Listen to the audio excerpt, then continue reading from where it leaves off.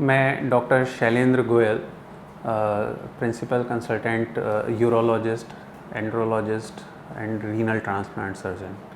मैं वैशाली, दिल्ली, नोएडा, एनसीआर क्षेत्र में मैक्स हॉस्पिटल से संबद्ध हूँ और मेरी ट्रेनिंग एमसीएस ट्रेनिंग जो है संजय गांधी पीजीआई लखनऊ में हुई है। और मैं दिल्ली राजधानी क्षेत्र के बड़े अस्पताल जिसमें मेदांता अस्पताल, जेपी अस्पताल, कैलाश अस्पताल नोएडा, दिल्ली और मेट्रो अस्पताल से संबंधित रहा हूँ। और आज मैं आपको इस वीडियो के द्वारा प्रोस्टेट ग्लैंड जो गदूत कहलाते हैं, जो कि एक कॉमन समस्या है, उसके बारे में थोड़ा ज्ञान आपसे शेयर करना चाहता हूँ। प्रोस्टेट ग्लैंड एक छोटी बड़े अंगूर या अखरोट के साइज़ की एक ग्रंथि होती है जिसमें वीर्य बनता है और ये पेशाब की थैली के नीचे बॉडी के अंदर पेशाब के रास्ते के चारों ओर होती है। और ये पेशाब के रास्ते के चारों ओर होती है और इसमें वीर्य बनता है और जब सेक्स करते हैं तो वीर्य इस ग्रंथि से निकलता है। जब एज जैसे जैसे प्रोग्रेस करती है तो इसका साइज़ बढ़ने लगता है और ये पेशाब के रास्ते को दबाने लगती है, तो उसकी वजह से पेशाब में दिक्कत होने लगती है। मोस्टली पेशेंट्स जो प्रोस्टेट ग्लैंड के एनलार्जमेंट के होते हैं वो 40 या मोस्टली 50 के बाद 50 साल की उम्र के बाद के होते हैं। और धीरे धीरे ग्रंथि जैसे बढ़ती जाती है, रास्ते को दबाती जाती है, तो यूरिन में दिक्कत जो होती हैं उसमें कुछ दिक्कत रुकावट की वजह से कि पेशाब की धार हल्की होना, रुक रुक के होना, पेशाब एक बार में पूरा ना होना, बार बार पेशाब जाना, रात में कई बार उठना पेशाब के लिए, पेशाब जल्दी लगना, कई बार इतना जल्दी पेशाब लगना कि बाथरूम पहुंचने से पहले ही निकल जाना। तो ये सिम्टम्स जो हैं इस बात को इंडिकेट करते हैं कि प्रोस्टेट कुछ ट्रबल कर रहा है।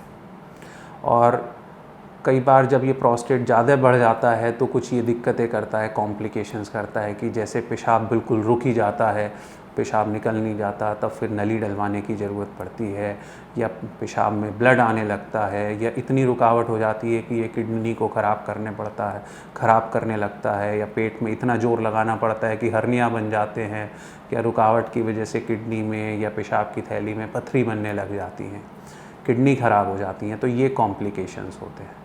जब ये कॉम्प्लिकेशंस होने लगते हैं तब तो ऑपरेशन जो है वो बहुत ज़रूरी हो जाता है। लेकिन शुरुआत की स्टेज में जब ये कोई कॉम्प्लिकेशंस नहीं है तो प्रोस्टेट की दिक्कत को दवाइयों से ट्रीट किया जा सकता है। यूजुअली जैसे जैसे एज बढ़ती है प्रोस्टेट की समस्या बढ़ती जाती है।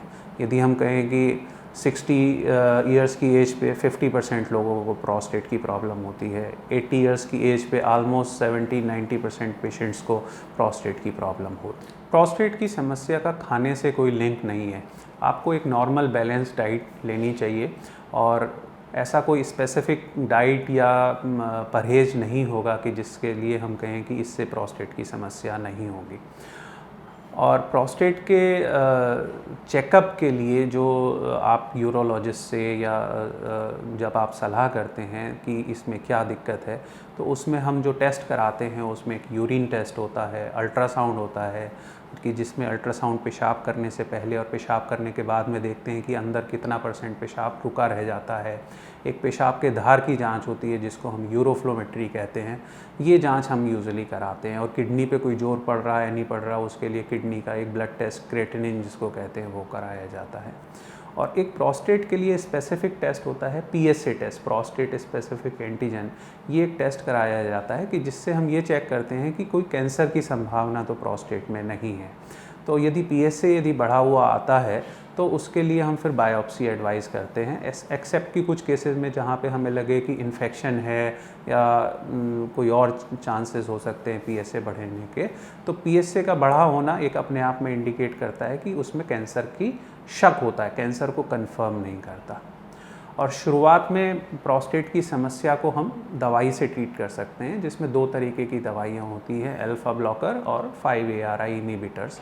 तो जब बड़ा प्रोस्टेट होता है तो ये दोनों दवाइयाँ दी जाती हैं और इन दवाइयों का लॉन्ग टर्म में कोई मेजर साइड इफ़ेक्ट नहीं होता है। और ये दवाई प्रोस्टेट के पेशेंट्स को लंबे समय तक लेनी होती हैं और बीच बीच में चेकअप कराना होता है। और यदि चेकअप में हमें लगता है या तो दवाइयों से प्रॉपर रिजल्ट्स नहीं मिल रहे हैं, या चेकअप में लगता है कि प्रोस्टेट बढ़ रहा है और दिक्कत कर रहा है, अंदर कॉम्प्लिकेशंस जैसे रुकावट के, किडनी ख़राब होने के, किडनी में स्वेलिंग के, या पेशाब ज़्यादा रुकने के, या धार अच्छी ना होने के परसिस्ट कर रहे होते हैं, तो उसमें ऑपरेशन की सलाह दी जाती है। आज की तारीख में ऑपरेशन भी मिनिमल इन्वेजिव टेक्निक से होता है कि जिसमें कोई चीरा फाड़ी, काटा पाटी, या कोई इवन जैसे लेप्रोस्कोपी में 2-3 छेद करते हैं तो कोई छेद भी नहीं किया जाता, ये केवल पेशाब के रास्ते से किया जाता है।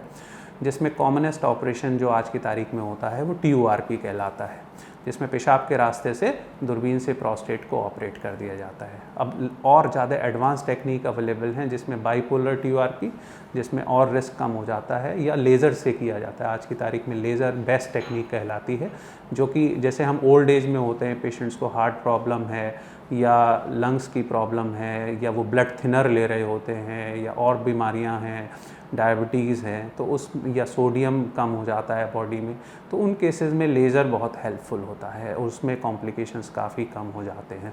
लेकिन ये है कि इनके ऑपरेशंस काफ़ी सक्सेसफुल हैं, और प्रोस्टेट की वजह से अदरवाइज़ यदि आप इसका इलाज नहीं करते हैं तो ये किडनी ख़राब कर सकता है या और दिक्कत कर सकता है।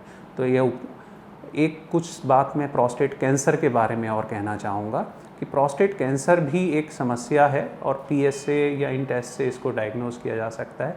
लेकिन कैंसर के बारे में ये है कि प्रोस्टेट कैंसर का इलाज संभव है, चाहे ये एडवांस स्टेज में भी है तो भी इसका बहुत एक्यूरेट इलाज अवेलेबल है, और ये सालों साल इलाज के बाद पेशेंट्स को कोई दिक्कत नहीं होती है।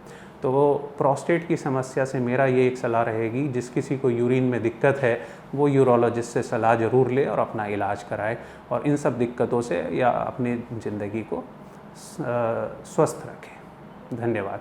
और मैं डॉक्टर शैलेंद्र कुमार गोयल आपके लिए सलाह के लिए लाइब्रेट पर अवेलेबल हूँ, या आप DF10 ड्यूप्लेक्स फ्लोरा सेक्टर 108 में मेरे गोयल यूरोलॉजी क्लिनिक पे आप मेरे से संपर्क कर सकते हैं, और लाइब्रेट की वेबसाइट पर या मेरी अपनी वेबसाइट drshailendragoyal.com पर मेरे से अपॉइंटमेंट या सलाह ले सकते हैं। धन्यवाद।